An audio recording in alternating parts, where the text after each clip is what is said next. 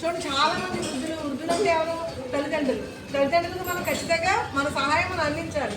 వీళ్ళేమో అంటే పెద్దవాళ్ళకి సరిగ్గా వండి పెట్టరు, వాళ్ళు బయటికి ఎంటేస్తారు, వాళ్ళు అనాథాశ్రమం వదిలేస్తారు, లేకపోతే ఎక్కడన్నా మంత్లీ అమౌంట్ కట్టి అక్కడ వదిలేస్తారు, కానీ దేవుడికి మాత్రం పూజలు చేస్తారు. సో భగవంతుడు ఏం చెప్తున్నాడు? నాకు పూజలు చేయడంలో అంటే చర్చ చెప్పినా, అలాగే మసీదులో చెప్పినా, హిందూ దేవాలయాల్లో చెప్పినా, ఎక్కడ చెప్పినా మత గ్రంథాలు అన్నీ ఏం చెప్తున్నాయి? సాటి మనిషిని ప్రేమతో చూడండి, పక్క వాళ్ళకి సహాయం చేయండి, జంతువుల మీద దయ కలిగి ఉండండి. ఇలా ఇవి ఖచ్చితంగా చేసిన వాళ్ళు ఏ గుడికి వెళ్ళక్కర్లా. అర్థమైనా ఇంట్లో పూజ చేసుకుని చాలు. తీర్థయాత్రలు ఏమి చుట్టింది రావక్కర్లా. మన తల్లిదండ్రులని, మన ఉపాధ్యాయుల్ని, అందరినీ సాటి మనిషిని గౌరవంతో చూసిన వాడికి ఎటువంటి పూజలతో పనిలేదు. అలా పూజ చేద్దని కాదు, ఇవన్నీ కలిగి ఉండి పూజ ఫలిస్తాయి. ఇవేమి మనసు దృఢంగా మనసులో కర్కసత్వంగా ఉండి ప్రతి ఒక్కళ్ళ అభివృద్ధిని కోరుకోకుండా వాళ్ళని వెళ్ళి పాడు చేశారని వాళ్ళని, లేకపోతే వాళ్ళ వ్యాపారాలు దాన్ని ఏమంటారు, చాలామంది ఎవరన్నా బిజినెస్లో మంచి పొజిషన్కి వెళ్ళారనుకోండి.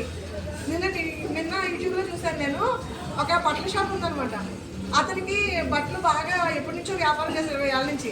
కొత్తగా ఒక ఆమె షాప్ పెట్టిందంట. ఆమె ఓన్గా డిజైన్ చేసి పెట్టింది. ఆమె ఈ షాప్ అంతా చాలా జనం ఎక్కువ వచ్చేస్తున్నారండి. అందుకని రాత్రి ఏం చేశాడు, 2-4 పెట్రోల్ బాటిల్స్ తీసుకెళ్ళి కూర్చుని ఆ లోపలికి పెట్రోల్ పోసి అంటించేశాడు. ఆ మొత్తం స్టాక్ అంతా పోయింది. కానీ సీసీ కెమెరా అంతా దొరికిపోయాడు అనుకోండి. అంటే మనిషికి అసూయ అనేది అంత ఉంటుందన్నమాట. అంటే ఎదుటి వాళ్ళు బాగుపడితే ఓర్చుకోలే అన్న చాలా ఆశ్చర్యం వేసింది. ఎవరన్నా అంత కక్ష కట్టి ఉంటారా? అంటే కొన్ని శత్రువుల వ్యాపారం చేసుకుంటున్నారు, వాళ్ళు బాగా అభివృద్ధి చెందారని వీడి కోపం వచ్చింది, పెట్రోల్ పోసి అంటిస్తాడు. అంటే చూడండి మనుషులు ఎంత రాక్షసులు. అర్థమైందా? అలాంటి గుణాలు ఏవి మనకు రాకూడదు. ఆదిలోనే మీకు ఎప్పుడైనా మీ పక్క ఫ్రెండ్ ఏదో తెచ్చుకుంటే మీకు బాగా కోపం వచ్చింది అనుకోండి, అమ్మో నేను నా అసూయ స్టార్ట్ అయింది, దీన్ని తీసేయాలని చెప్పి దాన్ని తీసేయాలి.